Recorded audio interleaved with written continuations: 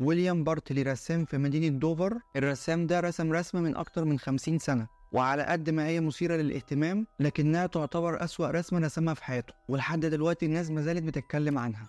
موضوع النهاردة هو الكائن الفضائي المعروف باسم شيطان دوفر. في يوم 21 إبريل سنة 1977 كان ويليام بارتلي وقتها عنده 17 سنة، وكان ماشي بعربيته بالليل في طريق ريفي في مدينة دوفر، وفجأة وقف بعربيته لأنه لاحظ إن في كائن غريب واقف على سور حجري. بعدها رجع بسرعة لبيته، ولأنه هو عنده هواية الرسم قدر يرسم اللي شافه. واللي شافه عبارة عن كائن حجمه 120 سنتي، راسه بيضاوي وعيونه بتشع اللون البرتقالي، وأطرافه طويلة تحديدا إيده، وعنده مخالب، وجسمه عبارة عن جلد بس ملوش شعر.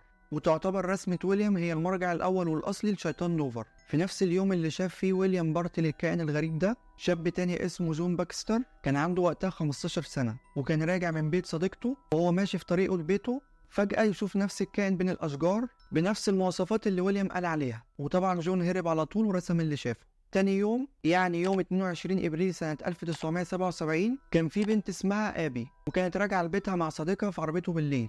لمحت كائن قاعد على الأرض وباصص لها بنفس المواصفات اللي اتنين شباب قالوا عليها. الفرق بس إن كانت عيون الكائن بتشع لون أخضر، وعلى قد ما قدرت رسمت اللي شافته لأنها مش بتعرف ترسم. وأحد الصحف عرفت بالموضوع وعملت مقابلة مع الثلاث شباب دول، ومن تحرياتها هي والشرطة اتضح إن الشباب دول يعرفوا بعض معرفة سطحية لأنهم في نفس المدرسة. وعلى مر السنين في ناس كتير بتشكك في وجود الكائن ده، خصوصا الشرطة، وبتقول إنه ممكن يكون ذئب مثلا. والشباب دول اتخيلوا إنه كائن تاني لأنهم شافوه بالليل، ولكن الثلاث شباب مصرين على اللي هم شافوه. وفي سنة 2009 برنامج اسمه لوست تيبس، وهو برنامج أمريكي بيقدم سلسلة من حلقات مرعبة، عرض حلقة منهم عن شيطان دوفر واتعرضت وقتها على قناة أنيمال بلانت. وفي الآخر قول لي هتعمل إيه لو شفت الكائن ده لوحدك بالليل. بس كده متنساش تعمل لايك وتشترك في القناة. سلام.